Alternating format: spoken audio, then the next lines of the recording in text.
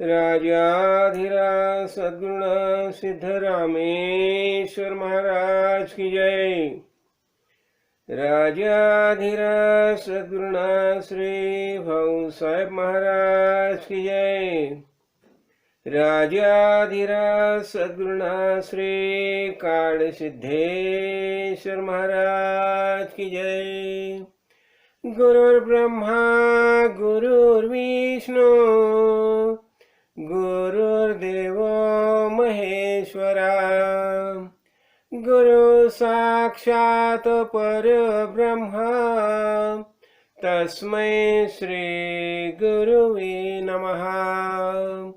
ब्रह्मानन्दं परमसुखदं केवलं ज्ञानमूर्तिं द्वन्द्वातीतं गगनसदृशं तत्त्वमस्यादिलक्ष्यम् एकां नित्यं विमलमचलं सर्वधी साक्षिभूतं भावातीतं त्रिगुणरहितं सद्गुरुं तं नमामि। श्रीगुरुचरणप्रतापे पुण्यपापे जाले त्रिभुवन समतीर्थे ज्ञानगंगे मिळाली। शुभाशुभ पाहता भावना राम झाले निषेधने गुरुराया उन्मनी झोपाले। जय जय रघुवीर समर्थ राजाधिराज सद्गुरुनाथ श्री काड़ सिद्धेश्वर महाराज की जय। श्री राम श्रीमद्दासबोध दशक पहिला समास पहला समास चौथा सद्गुरु स्तवन निरूपण पढ़ना प्रारंभ करता हूँ जी महाराज। श्री गणेशाय नमः। श्री सरस्वती नमः। श्री गुरुभ्यो नमः। श्री समर्थ सद्गुरु सिद्धरामेश्वराय नमः। श्री समर्थ सद्गुरु काड़ सिद्धेश्वराय नमः। श्री राम। आता सद्गुरु वर्णवेना जेथे माया स्पर्शो शकेना ते स्वरूप मज ज्ञाना काय कळे। नकळे नकळे नेती नेती ऐसे बोलत तसे श्रुते तेथे मज मूर्खाची मती पवाडेल कोठे। मज नकळे हा विचारू दुरोनी माझा नमस्कारू गुरुदेवा पैल पारू पाववी मज। होती स्तवनाची दुराशा तुटला मायेचा भरवसा आता असाल तैसे असा सद्गुरु स्वामी। मायेच्या बळे करीन स्तवन ऐसे वांछित होते मन। माया जाली लज्जायमान काय करू। जय जय रघुवीर समर्थ। ध्यानमूलं गुरुर्मूर्ति पूजामूलं गुरुपदं मन्त्रमूलं गुरुर्वाक्यं मोक्षमूलं गुरुकृपा। राजाधिराज सद्गुरुनाथ सिद्धरामेश्वर महाराज की जय। राजाधिराज सद्गुरुनाथ श्री भाऊ साहेब महाराज की जय। राजाधिराज सद्गुरुनाथ श्री काड़ सिद्धेश्वर महाराज की जय। आज मैं बहुत प्रसन्नता महसूस कर रहा हूं। आज है रमा एकादशी, और रमा एकादशी इसका अर्थ हो गया हमारे परम गुरु जो है, मेरे गुरुजी के जो गुरु जो है, उनके आज है पुण्यतिथि। और ये त्योहार जो है बड़े धूमधाम से हम मनाते हैं। क्यों? हमारे जो आज हमने तो सदगुरु स्तवन ही लिया है, तो हम सदगुरु के बारे में हमेशा सोचते हैं। तो सदगुरु किसे बताया जाता है?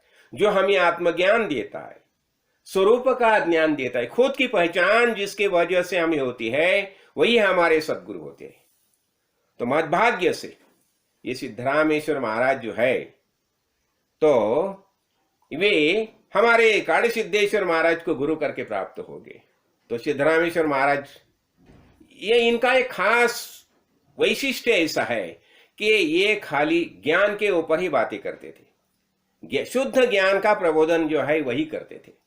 और इसलिए क्या होता है, ये थोड़ा सा हम इसके पीछे की जो भावना है वो भी हम समझ लेंगे। ये सिद्धरामेश्वर महाराज, उनका जन्म हो गया है 15 अगस्त 1888 का जन्म है। और वो श्रावण महीने की नवमी थी, उसी दिन उनका जन्म हो गया है। और उन्होंने क्या किया, शुरू से उन्हें उनके अंतःकरण में जिज्ञासा थी, और जिज्ञासा होने के कारण वे ये भाऊ साहेब महाराज जो है उन्हें उनकी शरण में चले गए। और जब ही वो भाऊ साहेब महाराज को मिलने के लिए गए, तो उस दिन शनिचर था। और भाऊ साहेब महाराज क्या करते थे, वो सोमवार और गुरुवार यही दिन अनुग्रह देते थे। लेकिन जब ही उन्होंने सिद्धरामेश्वर महाराज को देखा, ये उनका नाम सिद्धाप्पा नाम है, तो जब ही उन्हें देखा तो उन्हें लगा कि नहीं, ये पुरुष के हाथ से जगत का कल्याण होने वाला है, तो इसलिए आज शनिचर है तो भी मैं उसे अनुग्रह दूंगा। और ऐसा करके भाऊ साहेब महाराज ने सिद्धरामेश्वर महाराज को अनुग्रह दिया है। तो ये हमारी जो परंपरा है ना, तो मैंने देखो ये परंपरा के बारे में भी मैंने आपको पहले से ही बताया है। जो शिवशंकर जो है आदिनाथ गुरु, सभी जो सिद्ध महानुभाव जो है आत्मज्ञानी महापुरुष है, उनके जो गुरु है वो शिवजी है, शिवशंकर जो है। और शिवशंकर जब भी क्या शुरू की बात है, जब भी पार्वती माता ने शिवजी को प्रश्न पूछा कि ये भूतल पर ये मानव जो है अपना बेटा जो है, तो उसे आत्मज्ञान कैसा प्राप्त हो जाएगा, तो उसी समय शिवजी ने बता दिया, देखिए ये शुभांगे, आपने तो बहुत अच्छा सवाल पूछा है। तो उसी समय वो बताते हैं, गुरुविण ब्रह्मनान्यत् सत्यम सत्यम वरानने, ये भूतल पर सदगुरु के सिवा दूसरा ब्रह्म है ही नहीं है। और उसी समय उसने जो गुरु गीता का बोध किया, तो गुरु गीता का बोध किया है। ये गुरु गीता के अनेक श्लोक के बारे में हमने बहुत बार देखा है। तो हम बताते हैं ना, ब्रह्मानंदम परम सुखदम केवलम ज्ञान मूर्ति द्वंद्वातीतम गगन सदृशम तत्वमस्यादि लक्ष्यम एकम नित्यम विमलम अचलम सर्वधी साक्षी भूतम भावातीतम त्रिगुण रहितम सद्गुरुम तम नमः। ऐसे ये सद्गुरु है। तो ये जब ही बोध किया पार्वती माता को, तो उसी समय बाजू का जो डोह था, तो पानी में मच्छिंद्रनाथ, और मच्छिंद्रनाथ मच्छी के पेट में थे, तो उन्होंने वह बोध ग्रहण किया। और वही मच्छिंद्रनाथ ने जो बोध ग्रहण किया, वही बोध परंपरा से वो नवनाथ में आ गया, फिर रेवणनाथ। तो रेवणनाथ जो है वो हमारे जो ये परंपरा जो है ये पहले काड़ सिद्धेश्वर है, 1000 साल पहले की बात है। तो काड़ सिद्धेश्वर जो है पहले काड़ सिद्धेश्वर है, जो रेवणनाथ जो है पहले काड़ सिद्धेश्वर है। और परंपरा से मेरे जो गुरु जो है काड़ सिद्धेश्वर महाराज, वो ये परंपरा के 26वें मठाधिपति है। अभी क्या हो गया, अभी ये तो मठ के अधिपति हो गए, लेकिन इसके पहले की बात इससे है, ये जो परंपरा जो है ना 22वें काड़ सिद्धेश्वर जो थे, तो उन्होंने गुरुलिंगम महाराज को अनुग्रह दिया है। वो गुरुलिंगम महाराज को अनुग्रह दिया, फिर गुरुलिंगम महाराज के पास भाऊ साहेब महाराज चले गए हैं, और 1858 में भाऊ साहेब महाराज गुरुलिंगम महाराज के अनुग्रहित हो गए हैं। और भाऊ साहेब महाराज ये ज्ञान का प्रसार कर रहे थे, स्वरूप संप्रदाय का प्रसार कर रहे थे। तो उनके पास ये हमारे सिद्धरामेश्वर जो महाराज है, सिद्धाप्पा जो है, वो जो जब ही गए तो 1906 की बात है। तो उनकी उम्र 18 साल की उम्र थी, और जब ही वो 18 साल की उम्र में सिद्धरामे अपना भाऊ साहेब महाराज के पास चले गए, तो भाऊ साहेब महाराज ने उन्हें आत्मज्ञान का बोध किया है। और फिर सिद्धरामेश्वर महाराज ये ज्ञान का प्रवचन करते थे। वो बताते थे कि मैं ज्यादा नहीं, कुछ बातें ही बताने वाला हूं। वो बताते थे एक ही शब्द, तत्त्वमसि। ये जिसको समझ गया उसको ज्ञान प्राप्त हो गया। देखो एक ही शब्द समझ लो, तत्त्वमसि। तत् बोलेगा तो तत् अर्थ हो गया परमेश्वर परमात्मा, तत्त्वम तुम, असि है तो तुम कौन हो, बस एक ही बात समझ लो, तुम खुद ही परमात्मा हो, परमेश्वर हो, जिसे भगवान बताया जाता है। देखो यही वे जो बोध है वेद ने बताया है। देखो वेद 4 वेद ने 4 महावाक्य बताए। ये एक तो हो गया तत्त्वमसि। तत्त्वमसि इसका अर्थ हो गया वो परब्रह्म परमेश्वर जो है वो तुम ही हो। अहम ब्रह्मास्मि, मैं ब्रह्म हूं। अयमात्मा ब्रह्म, ये आत्मा ही ब्रह्म है। और प्रज्ञानम ब्रह्म, विशेष प्रकार का ज्ञान है वही ब्रह्म है। देखो तो ये सब बातें जो है, ये ज्ञान की बातें जो है, ये वेद ने समझाई है। जैसे देखो प्रजापति आदि प्रजाति ब्रह्मदेव ने जब ये सृष्टि निर्माण की, तो सृष्टि निर्माण करने के बाद ये जो मनुष्य जो है, नरदेह जो है, उसे ज्ञान का प्रबोधन करना चाहिए। इसीलिए विष्णु भगवान ने क्या किया, वेद की निर्मित की। ये 4 वेद जो है, और वो 4 वेद का प्रबोधन करने के लिए उसने शुरू में ये काम दिया, सप्तर्षि को काम दिया है। और बाद में ये प्रजापति, ब्रह्मर्षि, ब्रह्मर्षि, मुनि, और ये कलियुग में ये संत ये काम कर रहे हैं। तो देखो ये सिद्धरामेश्वर महाराज ने क्या किया, ये जब ही देखो ये बाद में ये बंबई में आ गए सिद्धरामेश्वर महाराज। तो 1914 में भाऊ साहेब महाराज ने देव छोड़ा है। तो भाऊ साहेब महाराज में देव छोड़ने के बाद सिद्धरामेश्वर महाराज 1920 में बंबई में आ गए, और वो बंबई में उसने ये अपना ज्ञान का प्रबोधन करना शुरू किया। और ये वो खासकर क्या करते थे, ये दासबोध जो ग्रंथ है, अभी मैंने जो दासबोध सामने रखा है, तो दासबोध ग्रंथ जो है यह हमारे संप्रदाय का प्रमाण ग्रंथ माना जाता है। तो दासबोध ग्रंथ निर्माण करते समय जो समर्थ रामदास जो है, तो समर्थ रामदास जी को देखो मारुति राय का एक अंशावतार माना जाता है। और मारुति राय देखो क्या है, दास्य भक्ति का आदर्श माना जाता है। तो मारुति राय ने कैसी भक्ति की, तो देखो ये मारुति राय जो है, एक समय जब मारुति राय को राम नारायण ने प्रश्न पूछा, अरे मारुति तुम मेरा कौन लगते हो बताओ। और उसी समय मारुति राय बताते हैं राम राय को, देह दृष्टिया दासो अहम। अब जब भी यदि आप शरीर के बारे में पूछते होगे तो मैं आपका दास हूं। देह दृष्टिया दासो हम, जीव दृष्टिया त्वदंश का। और जीव करके पूछते होगे तो मैं आपका ही अंश हूं। और आत्मदृष्टिया त्वमेव अहम इति में निश्चला मति, और आत्मा करके पूछते हो तो मैं खुद राम ही हूं। देखो ऐसा मारुति राय का जो विश्वास था, तो ऐसे मारुति राय जो है उनका ही अंशावतार माना जाता है समर्थ रामदास। तो समर्थ रामदास ने ये जो दासबोध ग्रंथ लिखा है, ये दासबोध ग्रंथ में देखो इसमें वेद में जो जो बातें बताई है सब बातें इसके अंदर आ गई है। ज्ञान के बारे में जो जो समझना आवश्यक है वो सब बातें इसमें आ गई है, और यही बातें सिद्धरामेश्वर महाराज ने बताई है हमें।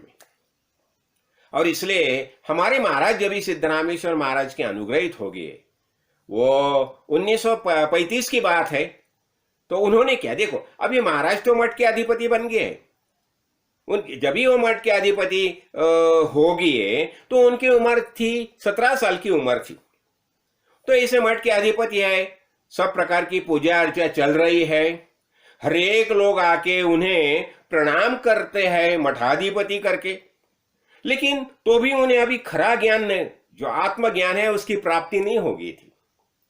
तो इसलिए जब भी वह सिद्धरामेश्वर महाराज को मिलने के लिए गए, तो उन्होंने जब ही देखा सिद्धरामेश्वर महाराज को, तो उन्हें लगा कि आपके माध्यम से क्यों न हो, लेकिन मुझे वो आत्मज्ञान प्राप्त होना चाहिए। ऐसा करके काड़े सिद्धेश्वर महाराज उन्हें शरण गए, और काड़े सिद्धेश्वर महाराज उनको शरण गए, और सिद्धरामेश्वर महाराज ने देखो उसी समय काड़े सिद्धेश्वर महाराज ने उन्हें प्रणिपात किया, और सिद्धरामेश्वर महाराज ने भी काड़े सिद्धेश्वर महाराज को प्रणिपात किया। क्यों? ये काड़े सिद्धेश्वर महाराज जो है वो मूल पीठ जो सिद्धगिरी पीठ है उसके अधिपति थे, और यही सिद्धगिरी पीठ से ही ये ज्ञान जो है वो सिद्धरामेश्वर महाराज तक आया था। मैंने बताया ना पहले कि 22वें सिद्धगिरी पीठ के जो अधिपति थे काड़े सिद्धेश्वर महाराज जो थे, उन्होंने गुरुलिंगम महाराज को ज्ञान दिया। गुरुलिंगम महाराज ने भाऊ साहेब महाराज को ज्ञान दिया, भाऊ साहेब महाराज ने सिद्धरामेश्वर महाराज को ज्ञान दिया, और सिद्धरामेश्वर महाराज ने यही ज्ञान फिर जो 26वें काड़े सिद्धेश्वर महाराज थे उन्हें लौटा दिया। तो इसका अर्थ क्या हो गया? ये अपने ज्ञान गंगा जो है जहां से निकली वहां ही फिर पहुंचा दिया उसने। इसलिए सिद्धरामेश्वर महाराज बताते थे मैं कृतकृत्य हो गया। क्यों? ये ज्ञान जहां से ज्ञान आया था वहां तक मैंने फिर से लौटा दिया है। तो इसी तरह ये सिद्धरामेश्वर महाराज ज्ञान का प्रबोधन करते थे। फिर काड़े सिद्धेश्वर महाराज उनके अनुग्रहित हो गए, और काड़े सिद्धेश्वर महाराज अनुग्रहित होने के बाद वो शुद्ध ज्ञान के ऊपर बातें करने लगे। उनकी बाकी सब बातें थी वो सब ये होगी। और देखो अब ये शुद्ध ज्ञान का क्यों बोध करना चाहिए? शुद्ध ज्ञान क्या है? ये संपूर्ण विश्व जो है ना, हम देखते हैं ना, ये विश्व दिखाई देता है ना हमें, तो हम क्या देखते हैं? हम खाली आकार ही देखते हैं। लेकिन ये आकार का अधिष्ठान जो है, देखो अनेक गहने होते हैं, स्वर्ण के अनेक गहने हैं, लेकिन हर एक गहने के अंदर क्या है? सुवर्ण ही है। देखो ये अंगूठी है, ये चेन है, हाँ, ये अभी फिर अनेक अनेक गहने होते हैं, हार होता है, झनक झनक हार है, चपला हार है, आई गहने हैं, अनेक गहने हैं, लेकिन वो सब गहने का अधिष्ठान क्या है? सब गहने का अधिष्ठान है परमेश्वर परमात्मा, सुवर्ण। सब गहने का अधिष्ठान सुवर्ण है ना। ऐसे ही देखो ये संपूर्ण विश्व दिखाई देता है ना, हम आकार देखते हैं, सब देखो अनेक आकार दिखाई देते हैं, लेकिन ये आकार जो है कहां से निर्माण हो गए? ये सब आकार जो है ये परब्रह्म चैतन्य रूप परब्रह्म से निर्माण हो गए। अब एक देखो, मैं एक बात आपको बताता हूं। देखो हम क्या करते हैं, अभी माला बनाते हैं ना, फूलों की माला हम बनाते हैं। तो फूलों की माला बनाने के लिए हम क्या करते हैं? फूल लेते हैं और धागा लेते हैं, हाँ, और फिर उसका गूंथना शुरू करते हैं, और तैयार हो गई वो माला, तैयार हो गई माला। और जो माला तैयार हो गई उसे हम अभी क्या बोलते हैं? उसे हम माला बोलते हैं। देखो वो फूल जो है, फूल भी चले गए और धागा भी चला गया। लेकिन जब भी देखो ये फूल जो है वो कुम्हलाते हैं तो हम क्या बोलते हैं, हाँ माला कुम्हला गई। हाँ, जब भी वो टूटता है, वो क्या टूटता है, वो धागा टूटता है, लेकिन हम क्या बोलते हैं, हार, माला टूट गई। ऐसा ही ये देखो, माया और ब्रह्म जो है ना, दो इकट्ठा आ गए, और माया ब्रह्म इकट्ठा आके ये संपूर्ण विश्व तैयार है। अभी देखो ना, सामने दीवार है, दीवार है, अभी ये दीवार है ना, हम ये क्या बोलते हैं, दीवार है, लेकिन इसके अंदर क्या है, इसके अंदर रेती है, हाँ, सीमेंट है, बजरा है, हाँ, पानी है, तो ये सब मिलके सबका और ये ईंट है, ये सब जो है, और ये बनाने वाला कढ़िया है, वो कढ़िया ने सब बना दिया, और ये क्या हो गया, ये भींत होगी, दीवार होगी, दीवार होगी। लेकिन इसका अंदर कितनी चीजें है, ऐसा ये संपूर्ण विश्व जो है ना, क्या है, ये माया ब्रह्म जो है वो आगी इकट्ठा आई, और ये संपूर्ण विश्व निर्माण हो गया है। तो वास्तव में ये संपूर्ण विश्व में क्या है, चिन्मय परमेश्वर परमात्मा ही मौजूद है। देखो, ये निर्गुण निराकार था, निर्गुण निराकार, ये निर्गुण निराकार सगुण साकार बन गया। देखो, ये सगुण साकार बन गया, यही ईश्वर है। लेकिन वो सगुण हो गया तो भी जो जो निर्माण हो गया है उसके बारे में वो बिल्कुल उसकी आसक्ति नहीं है। देखो, जो जो कुछ निर्माण हो गया है तो ईश्वर को उस जो जो निर्माण हो गया उसके अंदर ये बिल्कुल आसक्ति नहीं है उसके बारे में, उसमें मौजूद है लेकिन आसक्ति नहीं है उसे। वो निर्गुण है, निराकार है। वास्तविक परमेश्वर परमात्मा निर्गुण निराकार है। ये आकार सब, ये सगुण आकार जो निर्माण हो गया, ये कैसे निर्माण हो गया, ये सब माया जनित निर्माण हो गया।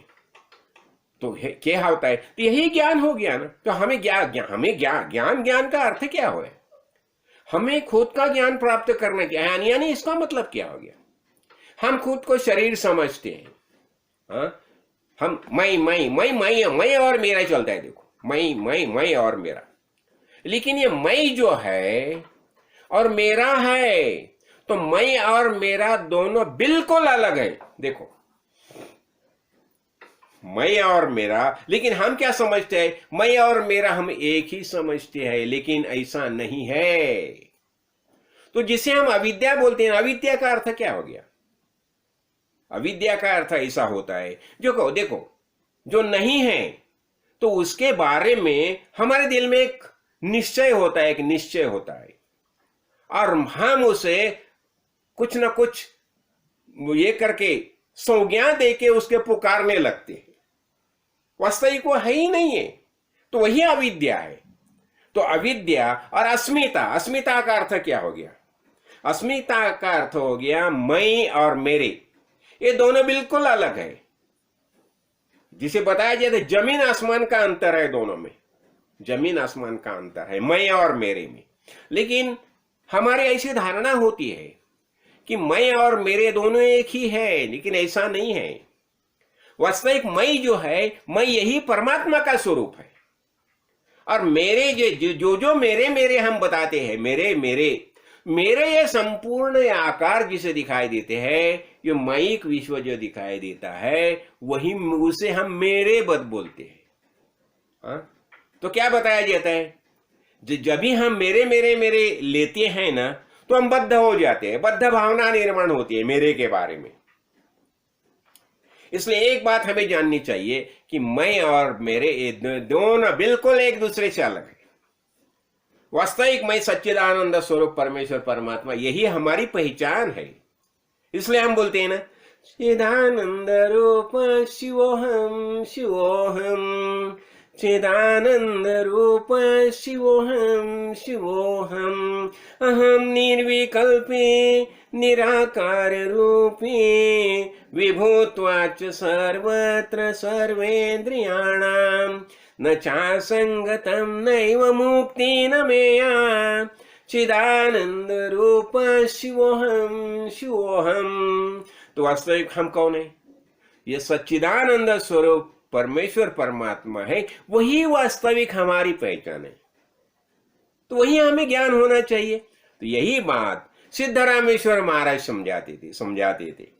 तो सिद्धरामेश्वर महाराज, इसलिए महाराज क्या बोलते थे, महाराज बताते थे, सिद्धरामेश्वर महाराज उनकी ही प्रवचन जो है, निरूपण जो है, ज्ञान के बारे में होती थी।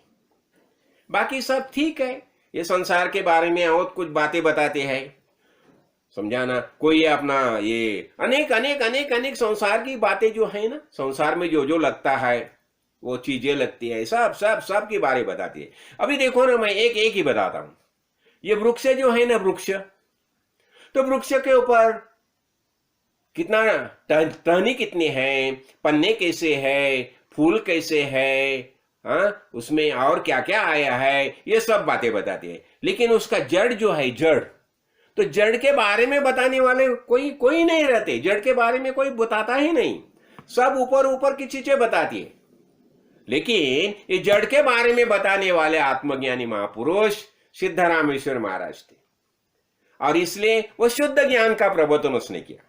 अभी देखो सिद्धरामेश्वर महाराज के बारे में उन्होंने क्या किया, शुद्ध ज्ञान का तो प्रबोधन किया, और बाद में उन्होंने क्या किया था, वो जमाने में एक एक ऐसा ही एक लिखा है, ये उसने प्रबंध लिखा था, सोनियाचा दिवस, गोल्डन डे। और ये गोल्डन डे उसने जो किताब ये लिया था, प्रबंध लिखा था, तो उसमें उसने क्या किया, देखो आजकल हम बहुत ये आधुनिक ज्ञान का प्रसार देखते हैं ना, साइंस जिसे बताया जाता है, साइंटिफिक अनेक अनेक अनेक चीजें है साइंस के बारे में, और उसके बारे में बहुत बहुत कुछ बातें बताया जाता है, और अनेक संशोधन होते हैं। अभी देखो ना, एटम बम, अणु बम, अनेक प्रकार की मिसाइल्स तैयार होती है, अनेक इलेक्ट्रॉनिक औजारें बनाई जाती है। तो उनका कहना ऐसा था कि ये साइंस जो है, साइंस, तो साइंस के साथ अध्यात्म विद्या, ये वही विज्ञान और अध्यात्म विद्या जो है, दोनों साथ में ही रहनी चाहिए। विज्ञान जो है, विज्ञान, साइंस और जो आध्यात्मिक विद्या, ये दोनों साथ में ही चलनी चाहिए। क्यों? देखो अध्यात्म विद्या हमें क्या समझाती है, अध्यात्म विद्या हमें पूरा विश्व जो है, सब जितने जितने ये देह धारण करके जीव आए हैं, वह सबके प्रतिपालन और उनके संरक्षण का जिम्मा हमारे ऊपर देती। हमारे ऊपर कहा क्या उसने किया है, उनका प्रतिपालन करना चाहिए, उनकी जिम्मेदारी हमारे ऊपर है। हम लीडर है, और लीडर है ये सब पशु जो मनश्री जो है, सृष्टि जो है, वो सबका हमें संभाल करना चाहिए, उसका प्रतिपालन करना चाहिए। तो एक हमारे हाथ में क्या है, पालन की क्षमता होनी चाहिए, और दूसरे हाथ में खड्ग भी होना चाहिए। क्यों? देखो जब ये आक्रांता आते हैं, तो आक्रांता का विरोध करने के लिए, आक्रांता का परिमार्जन करने के लिए, आक्रांता को रोकने के लिए हमारे हाथ में शस्त्र भी चाहिए, हाँ, लेकिन हमारे प्रतिपालन करने की क्षमता भी चाहिए। इसलिए विज्ञान जो है, तो विज्ञान में अनेक मिसाइल्स तैयार किए जाते हैं, एटम बम, अणु बम तैयार किए जाते हैं, शस्त्रास्त्र तैयार की जाते हैं विज्ञान के आधार से, हाँ, लेकिन उसे अध्यात्म विद्या का संरक्षण चाहिए। क्यों? देखो नहीं तो क्या होता है, देखो हमने देखा ना अभी महायुद्ध के समय हिरोशिमा और कावासाकी और हिरोशिमा, देखो वहां अणुबम डाल दिया अमेरिका ने, और क्या हो गया, लाखों लोगों का मृत्यु हो गया उसके कारण। अब इतना ही नहीं है, सृष्टि की अपरिमित हानि हो गई है। इसलिए कोई भी आत्मज्ञानी महापुरुष ऐसी बातें होने नहीं देंगे, युद्ध नहीं चाहिए। इतना ही नहीं, देखो जब भी राम रावण युद्ध हो गया, उसी समय लक्ष्मण जी ने बताया था राम राय को कि मैं ब्रह्मास्त्र चलाता हूं। राम राय बोले नहीं, ब्रह्मास्त्र का प्रयोग कभी भी करना नहीं चाहिए। इतना ही नहीं, महाभारत युद्ध के समय जब भी अश्वत्थामा ने ब्रह्मास्त्र का प्रयोग किया, उसी समय अर्जुन ने ब्रह्मास्त्र का प्रयोग किया। वहां श्री कृष्ण भगवान आए और बोले अर्जुन को, अर्जुन क्या कर रहे है तू, तो अर्जुन ने ब्रह्मास्त्र वापस लिया। क्यों? देखो, जब भी हम भूतल पर देह धारण करके आते हैं तो हमें ये पूरा सृष्टि का ख्याल करना चाहिए, सब प्राणी मात्र का ख्याल करना चाहिए, जितने जितने जीव है उनका सबका ख्याल करना चाहिए। क्यों? ये भगवान ने सृष्टि निर्माण किए है। ये सृष्टि बोलेगा तो भगवान बोलेगा तो हमारे ही पिता हो गया ना, हमारे माता पिता है ना, तो उन्होंने जो निर्माण किया है उसका संरक्षण करना ही हमारा दायित्व आता है। तो इसलिए, और युद्ध कभी भी युद्ध को ये नहीं देती, युद्ध की प्रशंसा नहीं की जाती। जितना हो सके युद्ध टालना ही चाहिए, लेकिन जब भी आवश्यक हो तो युद्ध करने की भी आवश्यकता है। तो महाभारत युद्ध के समय वही समझा है ना, श्री कृष्ण भगवान ने अर्जुन को वही समझा दिया। देखिए, ये युद्ध जो है संस्कृति का रक्षण, और जब भी असुरी संस्कृति का जब भी प्रभाव बढ़ेगा, असुरी संस्कृति विकसित हो जाएगी। और बताया जाता है, यदा यदा ही धर्मस्य ग्लानिर्भवति भारत अभ्युत्थानम अधर्मस्य तदात्मानं सृजाम्यहम्। जब भी अधर्म का उत्थान हो जाएगा और धर्म की हानि हो जाएगी तो भगवान ने बताया कि मैं खुद देह धारण करके भूतल पर आऊंगा और धर्म का पुनरुत्थान करूंगा। तो सिद्धरामेश्वर महाराज ने ये जो लिखा था, ये प्रबोध लिखा था, उसके अनेक भाषा में उनका भाषांतर हो गया था। उन्होंने खासकर यही बात बताई। क्यों? देखो, जब ये आत्मज्ञानी महापुरुष एक ही बात देखता है, ये संपूर्ण विश्व जो निर्माण हो गया है, किस लिए? आनंद के लिए निर्माण हो गया है, और हरेक जीव को आनंद अनुभव करने का अधिकार है। देखो, जैसा अधिकार आता है तो अधिकार के साथ हमारा कर्तव्य भी आता है। हम जब भी हमारा अधिकार का ये करते हैं, उपयोग करते हैं, उपयोग में लाते हैं हमारा अधिकार, तो हमें भी देखना चाहिए कि दूसरे के अधिकार का संरक्षण भी हमें करना चाहिए। दूसरे के ऊपर अन्याय नहीं होना चाहिए। हम सुख चाहते हैं, ऐसे दूसरे लोग भी सुख चाहते हैं, और हरेक को सुख प्राप्त करने का अधिकार है। तो यही हमारी धारणा होती है। और इसलिए देखो ना, ये असुर जो है, असुर क्या करते हैं? देखा ना, अभी हम महिषासुर मर्दनी ने देखा। हाँ, अनेक स्त्रियां जो है अपने लाडले को युद्ध का ये प्रशिक्षण दे रही है, युद्ध के लिए प्रोत्साहित कर रही है। क्यों? कभी कभी ये युद्ध की आवश्यकता भी होती है संरक्षण के लिए।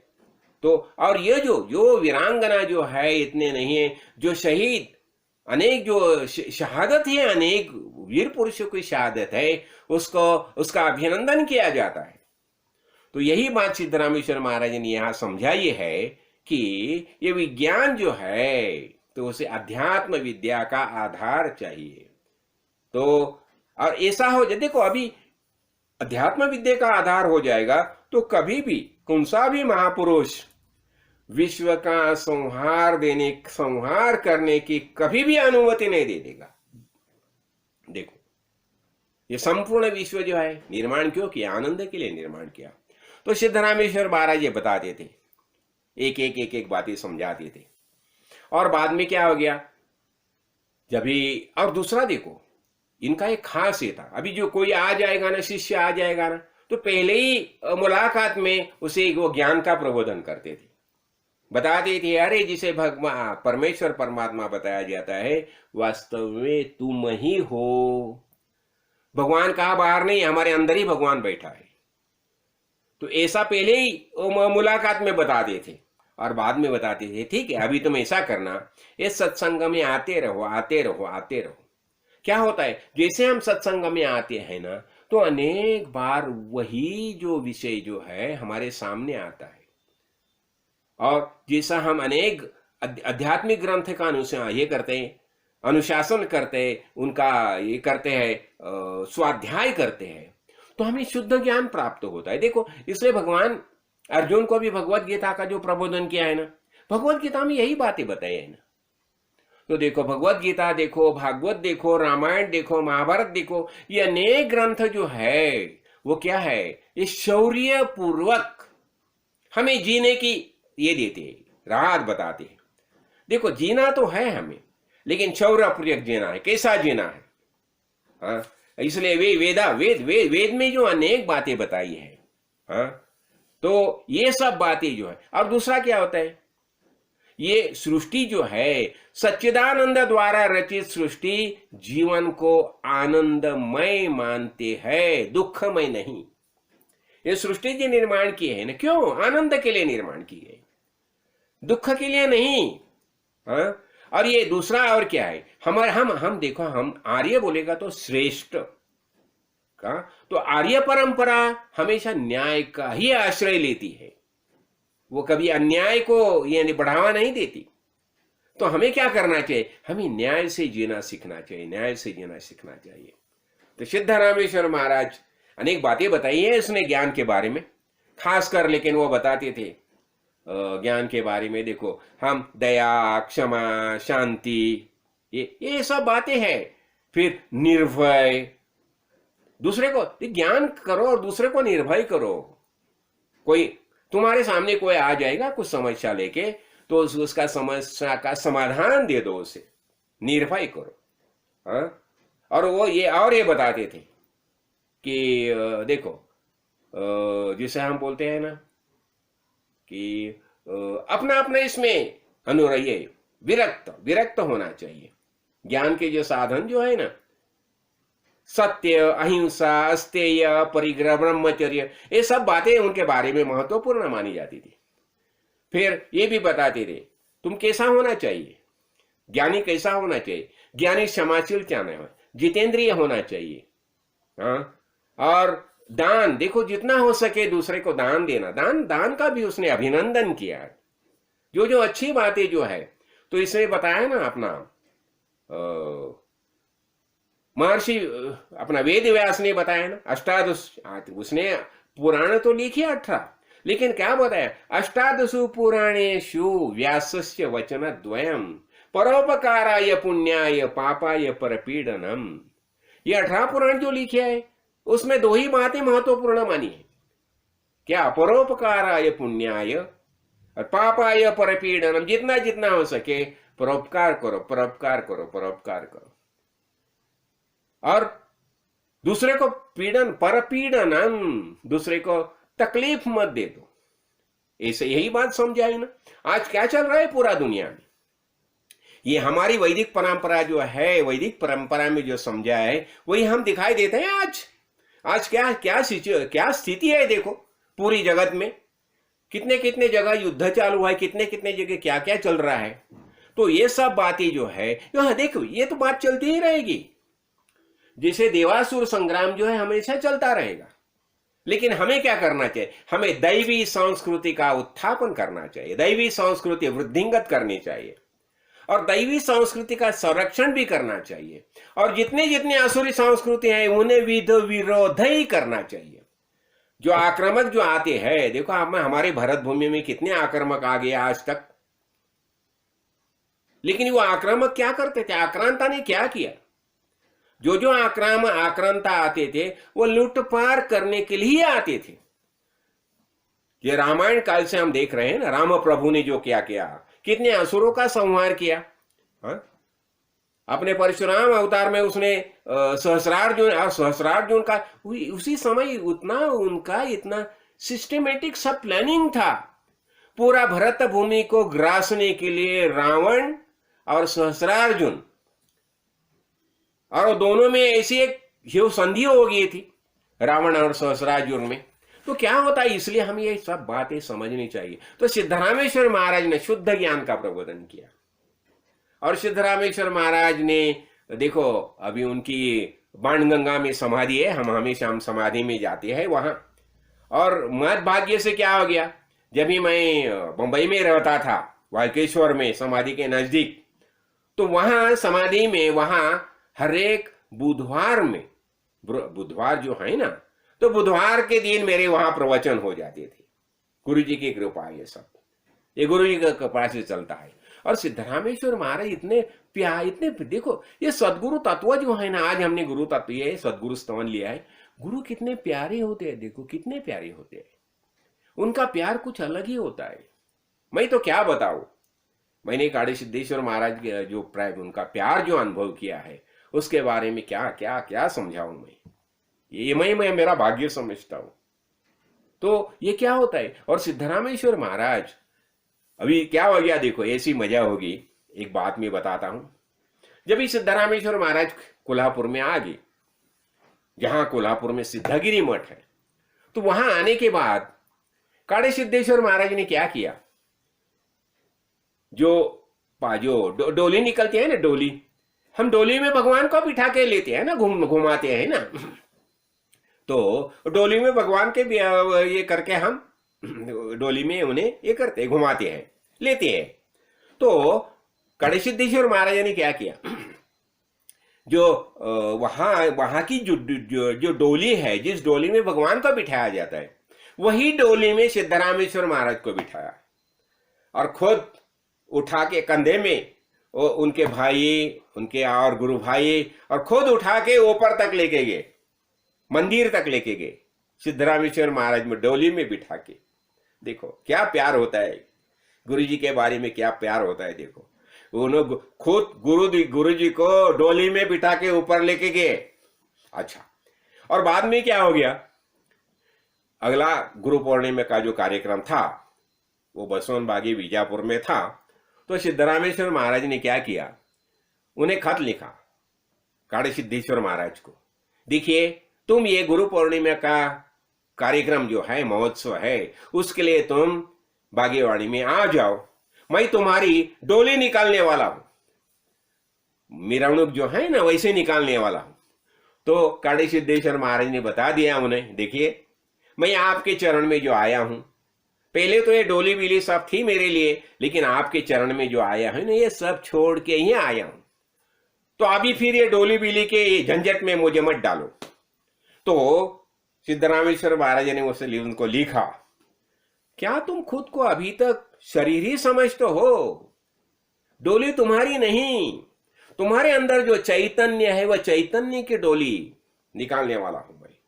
और फिर महाराज कुछ बोले नहीं, वो सीधे चले गए बसवन बागेवाड़ी में। और वहां जाने के बाद सिद्धरामेश्वर महाराज ने क्या किया, गुरुलिंगम महाराज के नातू और काड़े सिद्धेश्वर महाराज, उनको डोली में उनकी ये करी, सब ये मिरावणुक सब ये निकाल दी। और उसी समय काड़े सिद्धेश्वर महाराज हमें बताते थे, जब भी वो डोली का जो सीन दृश्य देखा सिद्धरामेश्वर महाराज में, उनके आंखों में एकदम उनका चेहरा ऐसा हो गया था, प्रसन्न हो गया था, तृप्त हो गया था। देखो ऐसे होते हैं जो प्यार की रिलेशन, ऐसा प्यार का रिश्ता ऐसा होता है, गुरु शिष्य का प्यार का रिश्ता कैसा होता है देखो। तो और बाद में क्या हो गया, और अभी देखो, अभी आज के दिन वहां डोली निकलती है, कहाँ, बसवन बागेवाड़ी में हम जाते थे, और वो डोली चलती है वहां पूरे गांव में घूमती है। हाँ, तो और बाद में क्या हो गया, एक ऐसी मजा, बंबई में हम जब ये डोली निकालते थे ना, तो जब भी डोली को शुरुआत करते थे ना, तो महाराज खुद आगे से कंधा खुद लगाते थे। देखो गुरुजी, खुद के गुरुजी की डोली शुरुआत करते समय आगे खुद ये लगाते थे, कंधा लगाते थे। और उसी समय ऐसी मजा होगी, मैं भी अपना फेटा बीटा लगा के वहां उपस्थित था। तो मुझे क्या बताए, ए ब्राह्मीण, पीछे से कंधा तुम लगाओ, क्या मुझे बताया, पीछे से कंधा तुम लगाओ। और वही काम मैं कर रहा हूं।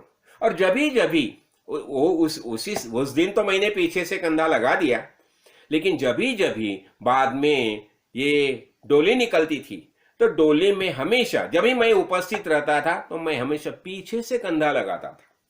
अभी इसका अर्थ मैं क्या लेता हूं, देखो, पीछे से कंधा लगाना, इसका अर्थ क्या हो गया, अरे भाई मैंने जो तुम्हें ज्ञान दिया है ना, ये ज्ञान का प्रबोधन तुम करते रहो। तो यही काम मैं कर रहा हूं। ये डोली तो भगवान की डोली तो चल रही है, हाँ, भगवान की डोली। आगे तो काड़े सिद्धेश्वर महाराज स्वयं ये करके चला रहे, उठा के चला रहे हैं, और पीछे से मैं चला रहा हूं, यही काम कर रहा हूं। ये कुछ आनंद की बात होती है। तो अभी देखो, जब भी मैं अभी और मैंने एक बात बताई थी इसके पहले भी, जब भी मैं प्रवचन करता था ना, बाजू में ऐसे महाराज यहाँ बैठते थे और कभी कभी मेरे पीछे ऐसा ही यहाँ हाथ लगाते थे, ऐसा लगाते थे। मैं देखता था ऐसा, अरे नहीं नहीं नहीं, तुम्हारा चालू रखो, तुम्हारा चालू रखो। ऐसा होता है। तो अभी क्या होता है, जब ही मैं, अभी आज तो रमा एकादशी है, सिद्धरामेश्वर महाराज की पुण्यतिथि है, तो पुण्यतिथि का कार्य ये तो हम आनंद अनुभव करते। देखो लास्ट इसके पिछले साल की मैंने बात बताई थी, और पिछले साल क्या हो गया, बराबर आज के ही दिन हम गए थे बद्रीनाथ और केदारनाथ। देखो क्या होती है, मजा होती है। और बद्रीनाथ और केदारनाथ हम गए थे, तो हम पहले पहले बद्रीनाथ में गए, और बद्रीनाथ में जाने के बाद वहां सम पूजा अर्चा की हमने। हाँ, वहां की जो मुख्य पुजारी थी उन्होंने हमारे सब व्यवस्था की थी। बाद में हम केदारनाथ चले गए उसी दिन। हाँ, और हम केदारनाथ पहुंचे, तो केदारनाथ जाने के बाद वहां भी सब पूजा अर्चा होगी। हाँ, सब संकल्प ये करके गणेश जी की पूजा होगी, आप में भगवान की पूजा होगी। और वहां पूजे जो मुख्य पुजारी थी उसने मेरे गले में, मैं बताया ना, रुद्राक्ष की माल डाल दी, और उन्हें मैंने बता दिया कि आज का दिन जो है, आज हमारे सिद्धरामेश्वर महाराज परम गुरु है, उनकी आज पुण्यतिथि है, रमा एकादशी। और बराबर रमा एकादशी के दिन हम बद्रीनाथ और केदारनाथ के दर्शन करके आए। तो मैंने वहां भी उसी बारे में मैंने बताया था। और ये बद्रीनाथ और केदारनाथ क्या है? अब बद्रीनाथ का अर्थ हो गया विष्णु भगवान, केदारनाथ का अर्थ हो गया शिवशंकर, और ये विष्णु भगवान और शिव से एक ही है। मैंने बताया ना, शिवश्च हृदयम विष्णु और विष्णुश्च हृदयम शिव। तो वास्तव में कौन है? और चैतन्य रूप एक ही है। तो इसलिए मैंने इसके पहले भी एक बताया था। देखो अभी अभी क्या चल रहा है मालूम है? ये दीवारें खड़े करते हैं, हम सब कृष्ण के अनुयायी, श्री कृष्ण कृष्ण कृष्ण, राधे राधे राधे कृष्ण, राधे कृष्ण राधे। और दूसरा बोलते ना, कृष्ण ही सबसे बलवान है, सबसे महत्वपूर्ण वही है, बाकी किसको मानने के लिए तैयार ही नहीं है। और इसलिए क्या होता है, ये दीवारें खड़ी होगी, ये बोलता है ये मेरा संप्रदाय, मेरा संप्रदाय, मेरा संप्रदाय, और हर एक दीवारें खड़ा करके ये सब ये तैयार हो गए। देखो ये ऐसे तरह के बाड़े हमें नहीं तैयार करने, हमें एक ही बात सीखनी चाहिए, जैसे सिद्धरामेश्वर महाराज ने बताई है, संपूर्ण विश्व चिन्मय है, चैतन्य रूप है, और सबके अंदर एक ही भगवान है। संपूर्ण विश्व जो है भगवान ने निर्माण किया, खुद में से निर्माण किया है, इसलिए उसके अंदर बाड़े डाल के अलग अलग अलग मत करो। एक ही सब में भगवान है, एक ही भगवान सब में मौजूद है। तो इसलिए हमें क्या करना चाहिए, हमें एक ही बात समझनी चाहिए, जैसे सिद्धरामेश्वर महाराज ने बताई, और वही ज्ञान का प्रबोधन हमें कड़े सिद्धेश्वर महाराज ने बताया। अभी सिद्धरामेश्वर महाराज के बारे में बताना होगा, कितनी कितनी बातें हैं, 1 घंटे में क्या हो जाएगा। लेकिन तो भी हम आस्ते आस्ते अनेक प्रवचन के माध्यम से हम समझ ले गए, हम समझ रही है कि क्या क्या बताया, कैसा बताया। लेकिन हमें एक ही बात समझनी है इससे, कि संपूर्ण विश्व जो है ये हमारा ही रूप है। मयि एव सकलम जातम, मयि एव प्रतिष्ठितम, मयि सर्वम लयम याति तद ब्रह्माहम अद्वयम। क्या समझना चाहिए? आदिनाथ बताती है, मयि एव सकलम जातम, ये संपूर्ण विश्व जो है मुझ में से निर्माण हो गया है। मयि एव प्रतिष्ठितम, उसका कार्य मुझ में ही चालू है, और ये उत्पत्ति स्थिति होगी, और संपूर्ण लय ये बाद में मुझ में ही सब समाने वाला है। तो ये शुद्ध ज्ञान हमें होने से क्या होते है, मजा आती है ना। हम कभी से, हम तो पहले से ही है, ये देह धारण करके आती है। बताया जाता है, वह सासी जीर्णानि यथा विहाय नवानि गृह्णाति नरोपराणि, तथा विहाय शरीराणि जीर्णान अन्यानि संयाति नवानि देहि। अनेक देह धारण करके हम भूतल पर आते हैं, अपना अपना दायित्व संभालते हैं, और एक दिन निकल जाते हैं। तो इसलिए क्या है, हमें क्या करना चाहिए? इसलिए मैंने बताया ना इसके पहले, हमारे ऊपर भगवान ने बहुत बड़ा दायित्व दिया है। तो ये दायित्व का जो है, हमें दायित्व का अभिनंदन करना ही चाहिए और वही हिसाब से हमें जीना चाहिए। देखो, हम कभी कभी एक बात सोचते हैं, तो हम देखो हमारे मित्रत्व में बहुत लोग आते हैं, हमारे मित्र बन जाते हैं ना, और वास्तव में हर एक में वही भगवान है ना। लेकिन देखो, महाभारत में खासकर बताया है, जो मित्र मित्र हम बताते हैं ना, तो इसके बारे में हम कोजागिरी पौर्णिमा के दिन क्या देखा, हमें सावधान रहना चाहिए, हर एक बात की सावधान रहना चाहिए। और दूसरा कि हमारा देश और हमारा धर्म, इसके बारे में हमें बहुत सावधानी से बर्ताव करना चाहिए। तो धर्म के बारे में, हमारी वैदिक परंपरा जो है, वैदिक परंपरा के बारे में हमें जागरूक ही रहना चाहिए, जितना हो सके उसका प्रसार करना चाहिए।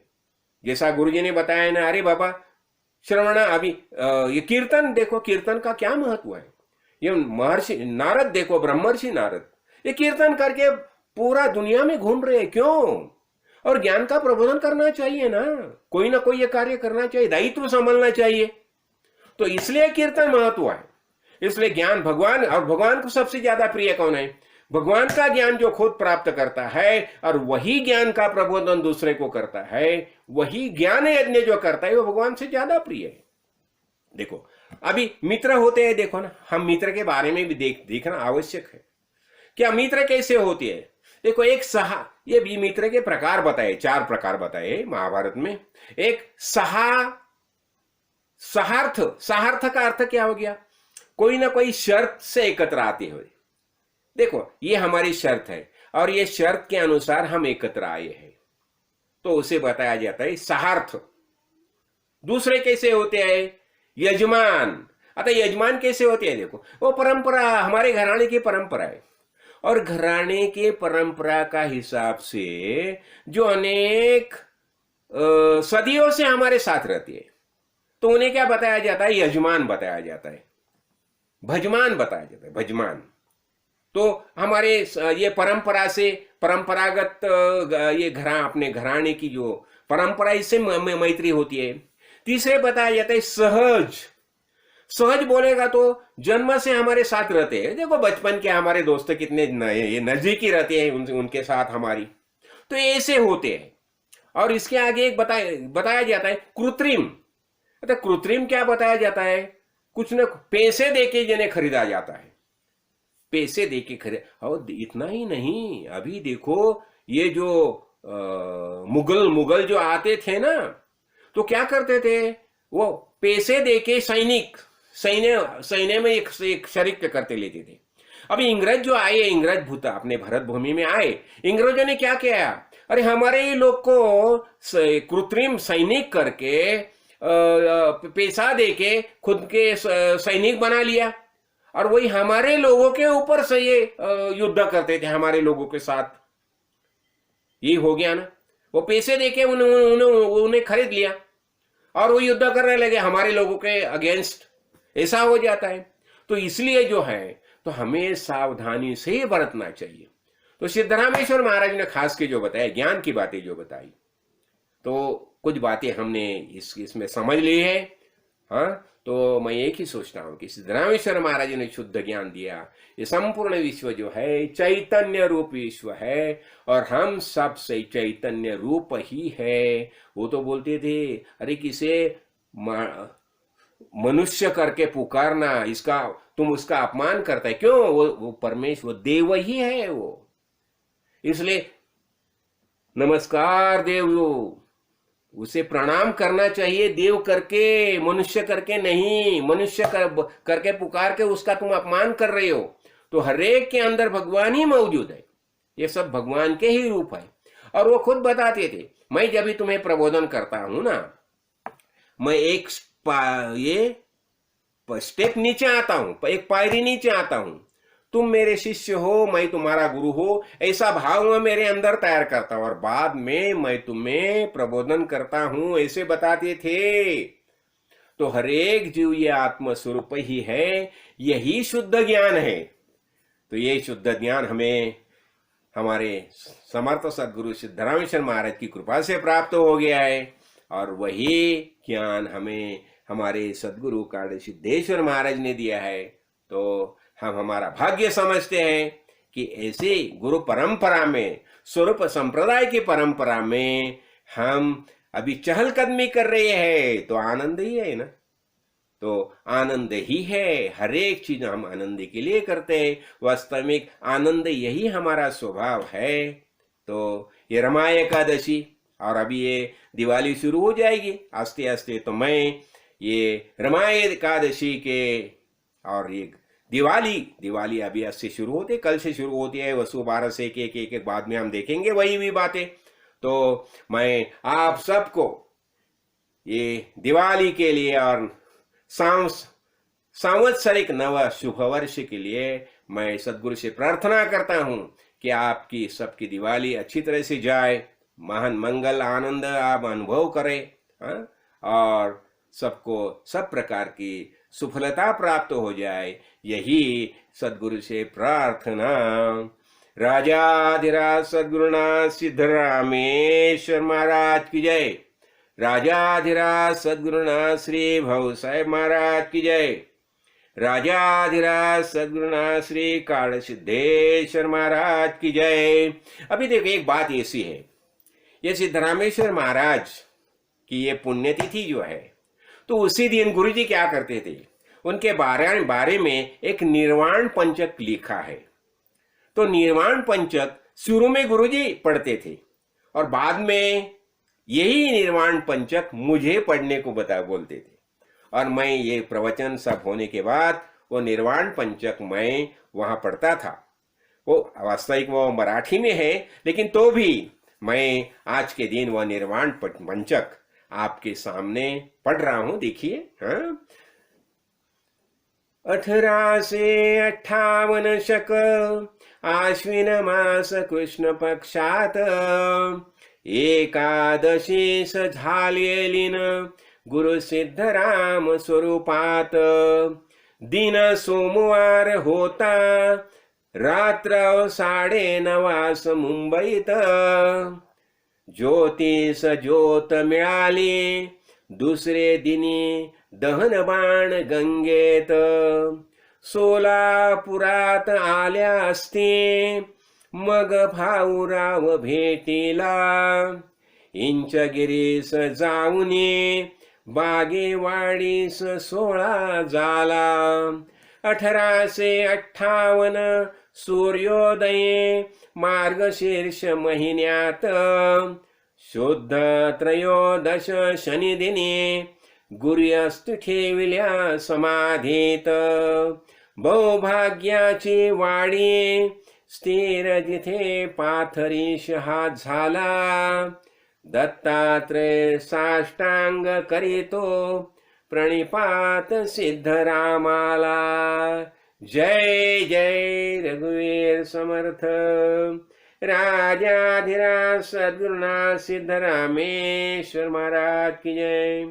राजाधिराज सद्गुरुनाथ श्री भव साहेब महाराज की जय। राजाधिराज सद्गुरुनाथ श्री काड़ सिद्धेश्वर महाराज की जय। सभी को ये दिवाली और नूतन वर्ष के लिए हार्दिक शुभकामनाएं।